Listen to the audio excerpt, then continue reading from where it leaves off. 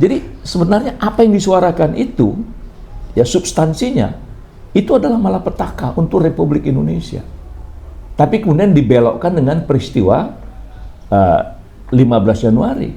Tapi itu kan ada gagasan ideal dari para mahasiswa, ya, bahwa perjalanan pemerintah Indonesia itu menyimpang, ya, menyimpang. Nah, jadi ini malapetaka untuk Republik Indonesia.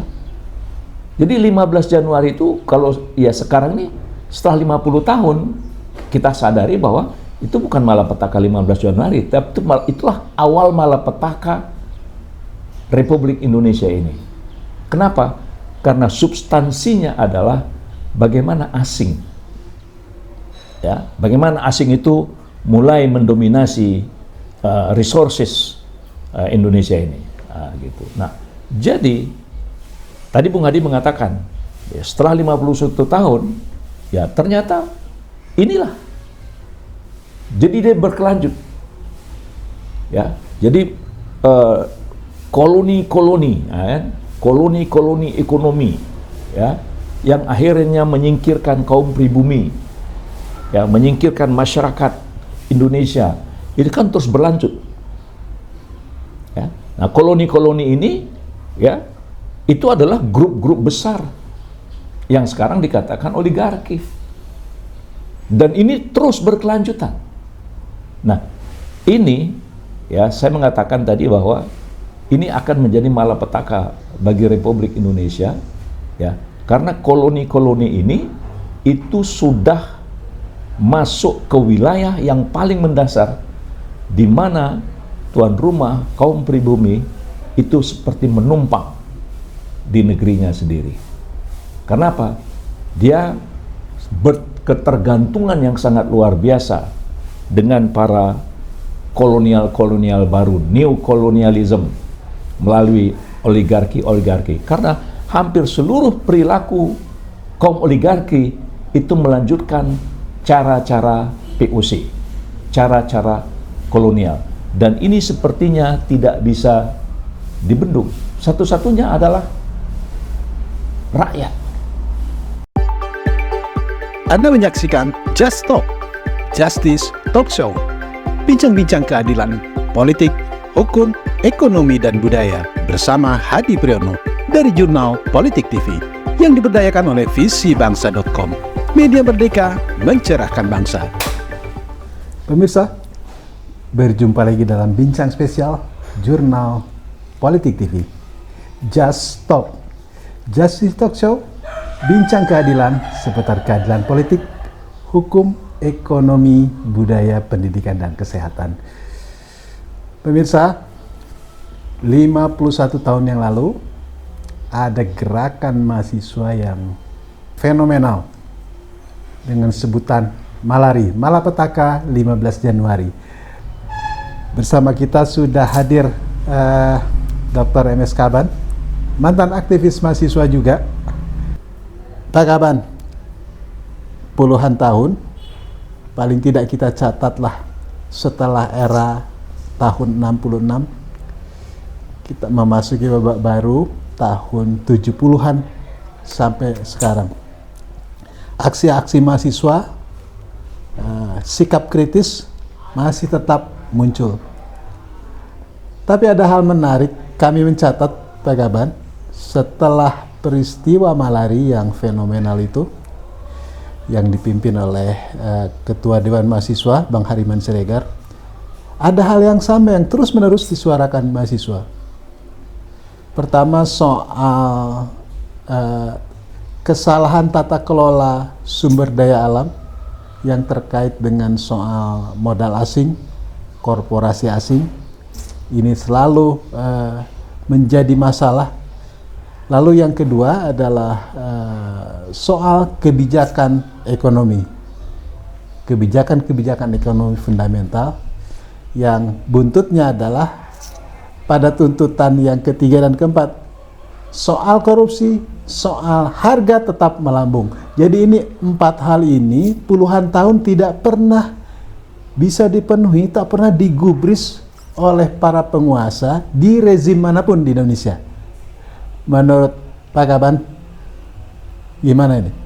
Ya, terima kasih Bung Adi. Alhamdulillah hari ini tepat 15 Januari ya. Dan hari ini juga saya dapat undangan untuk ikut dalam acara 51 tahun Malari yang diundang oleh Bang Hariman Siregar ya. Bung Adi, biar Anda tahu,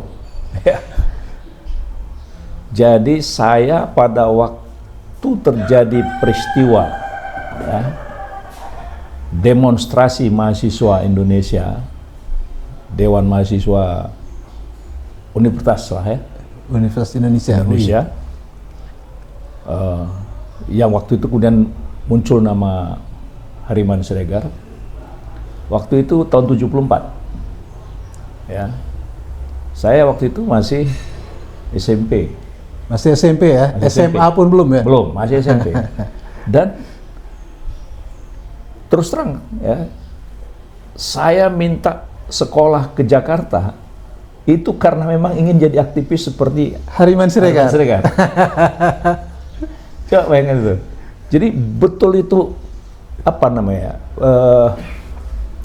memotivasi ya, memotivasi bahwa bahasa-bahasa mahasiswa, Dewan Mahasiswa pada waktu itu kita ikutin di media ya. Saya ikutin di media. Jadi kalau di Medan itu kan, di Sumatera Utara itu kan ada Koran Waspada, ada Sinar Indonesia Baru, ada Suara Pembangunan ya kan, ada Angkatan Bersenjata. Jadi itu kita baca, dan saya waktu itu betul-betul aku harus sekolah di Jakarta gitu. Aku harus sekolah di Jawa, gitu lah, karena kalau dulu bahasanya di Jawa gitu ya. Nyambung dengan alam pikiran masyarakat SMP sekalipun. Nah, gitu. Jadi saya tuh waktu itu betul-betul kepingin banget sekolah di Jawa ya, karena kalau di Jawa tuh bisa jadi aktivis gitu.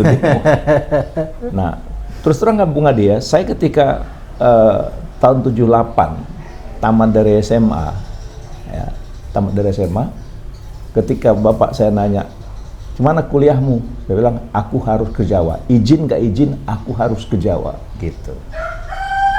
Nah, tapi itulah perjalanannya. Dan akhirnya setelah, ya memang mungkin karena dari awal gitu memang termotivasi melihat idealisme para aktivis-aktivis. Karena waktu tahun 74 itu saya sudah kena nama Hariman Siregar tuh hafal.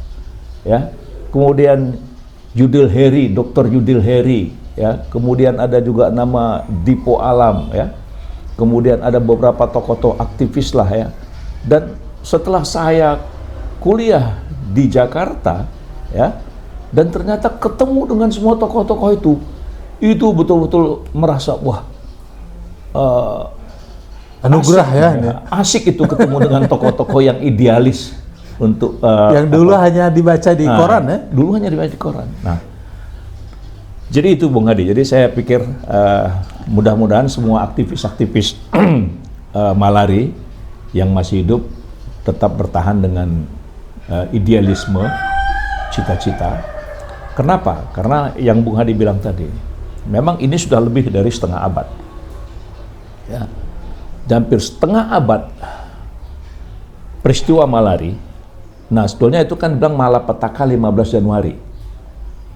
Ya, itu konotasinya itu kan malapetaka 15 Januari.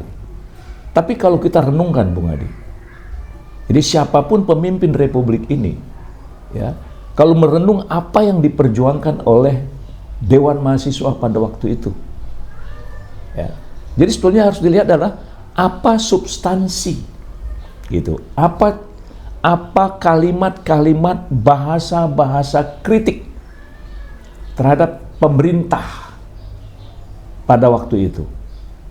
Nah, itu kan ada kaitannya dengan ekspansi investasi asing yang disuarakan oleh para mahasiswa. Ya. Waktu itu Jepang ya. Nah, jadi Tanaka kan gitu. Ya. Nah, jadi sebetulnya ini bukan malapetaka 15 Januari. Ya. Tapi sebenarnya yang disuarakan oleh aktivis-aktivis pada waktu itu adalah malapetaka yang akan menimpa pemerintah Republik Indonesia. Sepanjang zaman. Jadi sebenarnya apa yang disuarakan itu, ya substansinya, itu adalah malapetaka untuk Republik Indonesia. Tapi kemudian dibelokkan dengan peristiwa 15 Januari. Tapi itu kan ada gagasan ideal dari para mahasiswa, ya, bahwa perjalanan pemerintah Indonesia itu menyimpang, ya, menyimpang. Nah, jadi ini malapetaka untuk apa? Untuk Republik Indonesia. Jadi 15 Januari itu kalau ya sekarang nih setelah 50 tahun kita sadari bahwa itu bukan malapetaka 15 Januari, tapi itulah awal malapetaka Republik Indonesia ini. Kenapa? Karena substansinya adalah bagaimana asing, ya, bagaimana asing itu mulai mendominasi resources Indonesia ini, gitu. Nah, jadi tadi Bung Hadi mengatakan ya, setelah 51 tahun, ya ternyata inilah. Jadi dia berkelanjut, ya. Jadi koloni-koloni, koloni-koloni ekonomi, ya, yang akhirnya menyingkirkan kaum pribumi, ya, menyingkirkan masyarakat Indonesia, itu kan terus berlanjut. Ya. Nah, koloni-koloni ini, ya, itu adalah grup-grup besar yang sekarang dikatakan oligarki, dan ini terus berkelanjutan. Nah, ini ya saya mengatakan tadi bahwa ini akan menjadi malapetaka bagi Republik Indonesia, ya, karena koloni-koloni ini itu sudah masuk ke wilayah yang paling mendasar, di mana tuan rumah kaum pribumi itu seperti menumpang di negerinya sendiri. Kenapa?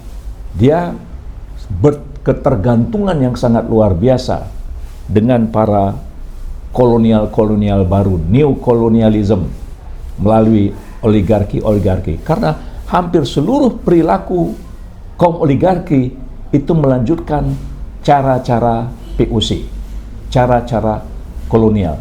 Dan ini sepertinya tidak bisa dibendung. Satu-satunya adalah rakyat. Ya, jadi rakyat harus bersatu. Nah, jadi apa yang diingatkan oleh demonstrasi Dewan Mahasiswa 51 tahun yang lalu, yaitu relevan, gitu. Itu relevan. Jika elemen-elemen kekuasaan rezim penguasa 51 tahun yang lalu mendengar dan menjawab dengan tuntas tuntutan mahasiswa, maka paradoks Indonesia yang muncul 30 tahun, 30-40 tahun kemudian itu nggak akan terjadi ya sesungguhnya. Iya. Nah, jadi sekarang kan gini, Bung Hadi, ya, suka tidak suka, ya, sejarah perjalanan bangsa ini seperti apa yang kita alami hari ini. Grup-grup oligarki makin menggumpal dan mulai menguasai hampir seluruh sumber daya. Nah, apakah ini tidak perlu dievaluasi? Ya kan? Satu catatan. Ya, ini kan sejarah. Hari ini kita merenung, mengevaluasi apa yang terjadi 51 tahun yang lalu.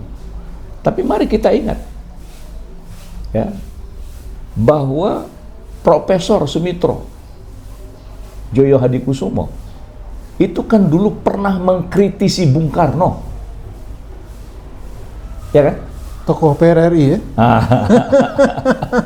Jadi dulu Pak Mitro itu ikut bergabung, ya, dia mengkritisi Bung Karno, kebijakan Bung Karno, yang mereka sebut waktu itu adalah pemerintahan revolusioner Republik Indonesia, PRRI, bersama-sama dengan Pak Natsir, dan ada Pak Sumitro dan banyak tokoh-tokoh yang lain, ya.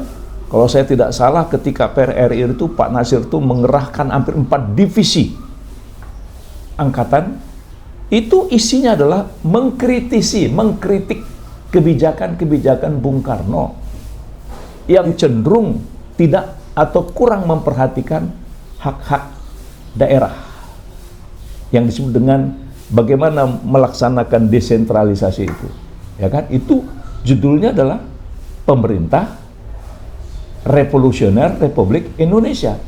Pak Mitro ya ada di situ hadir. Nah sekarang sekarang anak kesayangan Pak Mitro tuh jadi Presiden Republik Indonesia, ya kan?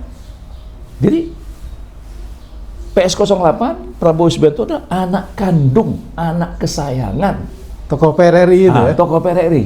Nah, jadi dulu judulnya adalah Pemerintah Republik Indonesia.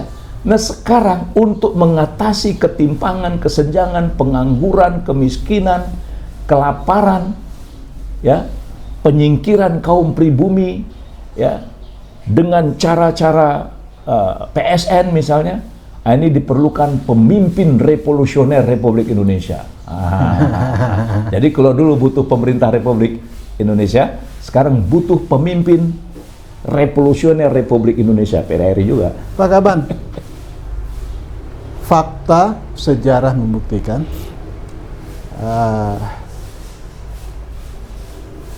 kekuasaan berganti, pemerintahan berganti orang-orangnya, tetapi masalahnya, persoalannya tetap juga berulang, sehingga dikritik oleh kelompok-kelompok kritis.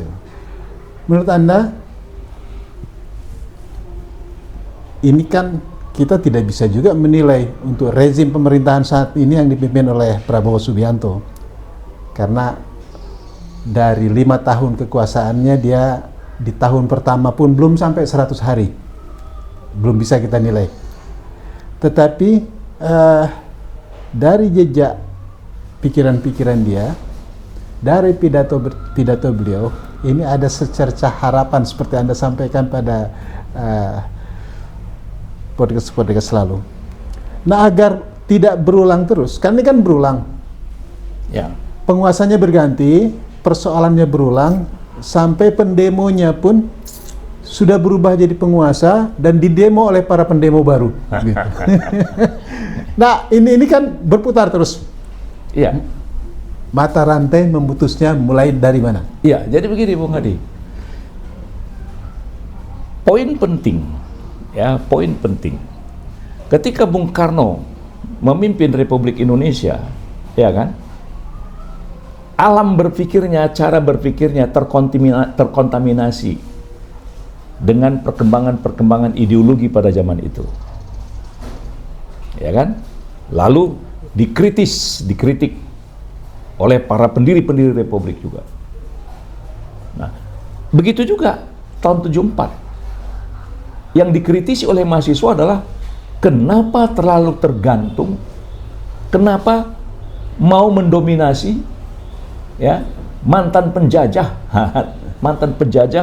untuk mengisi kemerdekaan Republik Indonesia, kan gitu, kan itu kritiknya, ya, asing. Nah, hari ini pun cara berpikir itu kan semua ingin serba asing, investor asing, serba asing. Kenapa? Karena kita tidak pernah konsisten, ya, karena pemimpin-pemimpin bangsa ini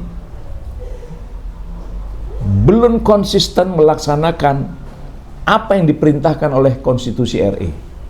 Itu titik soal. Itu poin.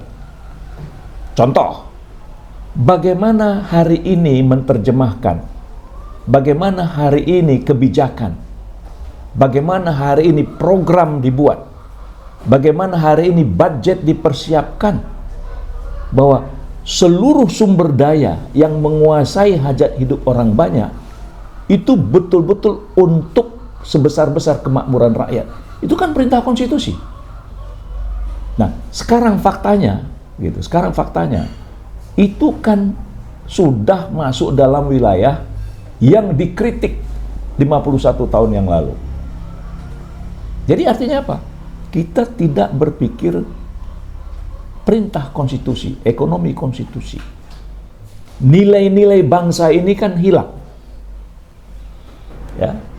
Nilai-nilai bangsa ini kan, padahal Undang-Undang Dasar sudah mengamanatkan kemerdekaan itu berkat rahmat Allah. Ada nilai di situ. Ada moral di situ, ada akhlak, ada etika di situ, ada value di situ. Kemudian Undang-Undang Dasar mengatakan juga, kenapa rakyat ini nggak ditanamkan spirit berketuhanan itu? Itu kan tadi disebutkan, negara berdasarkan pada ketuhanan. Jadi kalau semua pemimpin-pemimpin kita ini termotivasi alam berpikirnya dengan spirit dasar ketuhanan. Nah, Tuhan itu prinsipnya apa? Kebenaran. Kenapa nggak kita kelola semuanya ini dengan cara berpikir yang benar? Ya, cara berpikir yang benar. Dan itu tadi, juga bagaimana merumuskan kebijakan yang benar, program yang benar, dan anggaran yang betul-betul bisa dipertanggungjawabkan. Nah, ini menurut saya kesempatan bagi pemimpin yang mendapatkan amanah sekarang. Jadi, begitu juga perintah koperasi. Koperasi menjadi soko guru ekonomi Indonesia. Kenyataannya kan tidak. Ya kan? Jadi 51 tahun Indonesia merdeka, jumlah angka kemiskinan itu hampir sama dengan jumlah penduduk awal-awal Indonesia merdeka.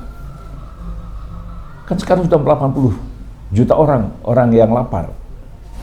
Ya kan? Orang yang lapar. Nah, waktu kita merdeka dulu berapa sih jumlah penduduk sekarang?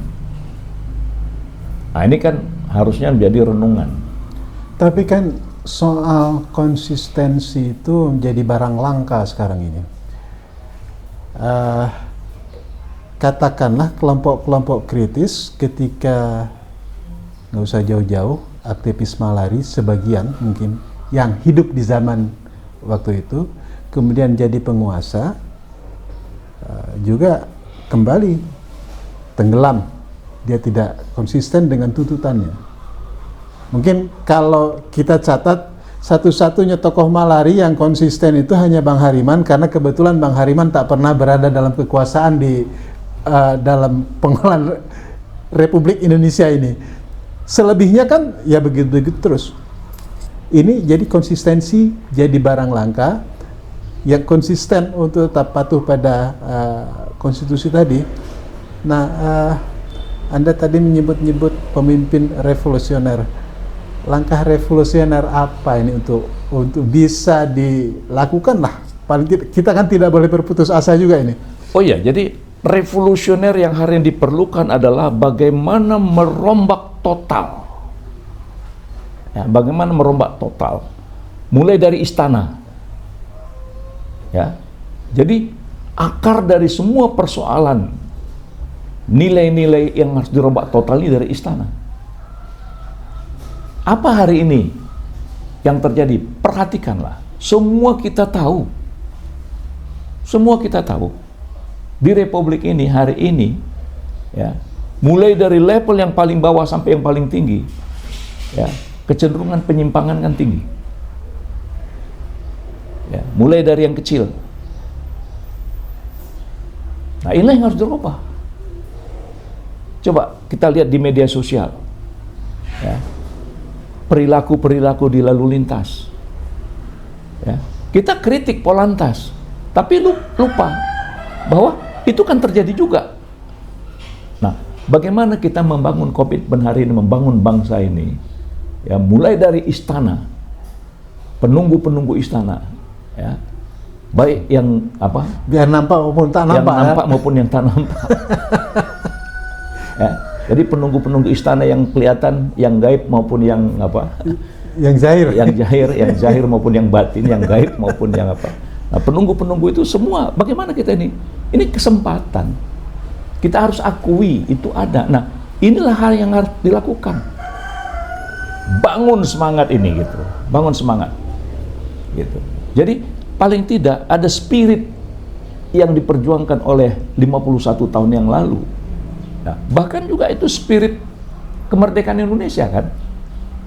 Nah, ini harus tuntas kalau kita mau membangun bangsa ini menjadi bangsa yang berperadaban gitu. Ini kesempatan. Ya, kita tahu, kita paham, Ya, semua kita ada punya kelemahan, tapi kita punya harapan. Ya, ini punya harapan, jangan berulang lagi. Kalau tidak, ya, saya tidak ingin mengatakan takdir Tuhan, tapi ketika menggumpal kekuatan-kekuatan ekonomi ini sudah masuk pada 9 kelompok besar, ini hanya tinggal menunggu waktu malapetaka bagi Indonesia secara keseluruhan. Gitu. Hanya soal waktu ya? Ini hanya tinggal nunggu waktu. Contoh yang paling mendasar misalnya pemerintahan yang lalu, ya, melakukan kebijakan tax amnesty, tapi uangnya nggak masuk. Artinya apa? Ini kan ada perlawanan, ya. Tidak nurut, ya. Pengusaha-pengusaha yang selama ini sudah diberikan kesempatan berbisnis, malah membangkang, tapi ketika diberikan kesempatan tax amnesty, mereka tidak mau membangun Indonesia. Mereka hanya mau menikmati apa yang ada di Indonesia ini. Ini akan menjadi sumber malapetaka. Tinggal hanya tunggu waktu, percaya deh. Malapetaka yang jauh lebih dahsyat. Lebih dahsyat. Ya, semoga peristiwa Los Angeles tidak terjadi. Tapi potensi malapetaka itu akan ada. Gitu. Logikanya memang sudah terbangun ya? Sudah. Jadi 51 tahun itu nggak pendek loh Bung Adi. Mumpung tokoh yang 51 tahun lalu itu masih ada, Bang Hariman Siregar, tokoh malapetaka 15 Januari masih ada.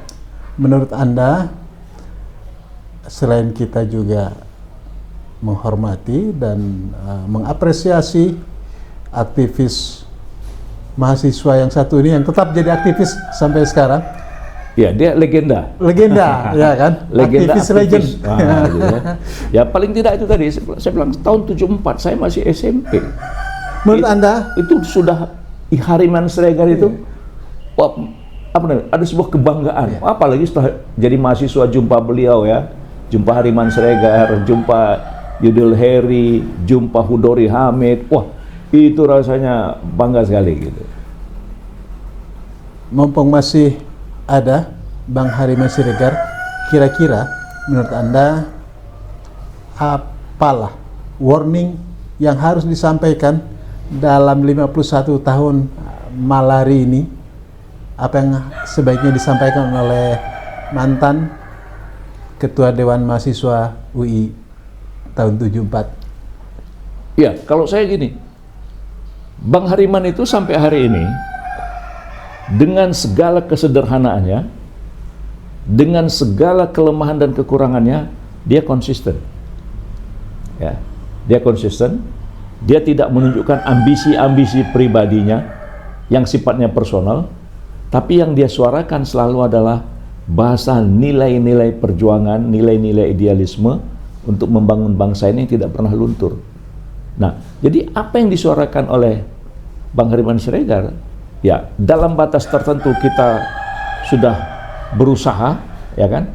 Tapi kuncinya adalah, saya katakan tadi, semua sumbernya itu ada di istana. Karena di istana itu ada penghuni-penghuni yang terlihat maupun tak terlihat, yang mempengaruhi kebijakan.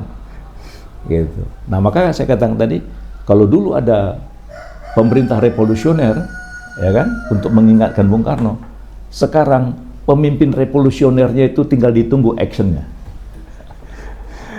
Baik, kita tunggu apakah Presiden Prabowo Subianto bisa menjadi pemimpin revolusioner Republik Indonesia, karena darah PRRI mengalir di tubuhnya. Kita jadi enggak, Bung Adi. Jadi kalau Prabowo itu dia adalah pemimpin revolusioner dalam arti kata semangat revolusi 45, karena dia tentara, ya kan? Itu semangat juang 45 tertanam, ya kan?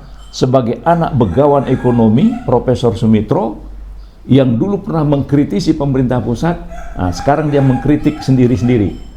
Nah, bagaimana supaya ketimpangan-ketimpangan yang selama ini sudah dirasakan, yang sudah dilihat, itu diambil dengan cara berpikir yang revolusioner, dalam arti kata melakukan perubahan yang tuntas, yang meninggalkan perilaku-perilaku yang lama, yang selama ini sudah kita rasakan, ya. Kita sudah rasakan di semua lini, mulai dari kantor RT, RW, semua perilaku itu ada, ya kan? Dan dianggap biasa. Ke kantor kelurahan dan semua tahapan-tahapan, semua urusan itu hari ini, semua ada. Itu bagaimana secara revolusioner ada sebuah nilai yang ditanamkan pemimpin, ya kan pidatonya sudah ada, ya kan, basmi sampai ke akar-akarnya, kejar sampai Antartika, ya kan, gak usah jauh-jauh lah ke Antartika, di Indonesia aja lah, semua yang ada di Indonesia nih. Saya kira itu sesuatu, kita membutuhkan itu hari ini. Jadi Hariman Siregar, ya mudah-mudahan tetap sehat dan dia terus bisa mengkomunikasikan ide-ide gagasannya pada semua level generasi muda Indonesia, bahwa amanat kemerdekaan Republik Indonesia itulah yang disuarakan oleh Gerakan 15 Januari tahun 74. Nah, ini kita harapkan begitu. Baik, terima kasih Bang Gaban. Pemirsa, nantikan telaah bincang menarik lainnya hanya di Jurnal Politik TV yang diberdayakan oleh visibangsa.com, media merdeka mencerahkan bangsa. Billahi taufiq wal hidayah. Wassalamualaikum warahmatullahi wabarakatuh. Merdeka! Merdeka, Allahu Akbar. Anda menyaksikan Just Talk, Justice Talk Show. Bincang-bincang keadilan, politik, hukum, ekonomi, dan budaya bersama Hadi Priyono dari Jurnal Politik TV yang diberdayakan oleh visibangsa.com, media merdeka mencerahkan bangsa.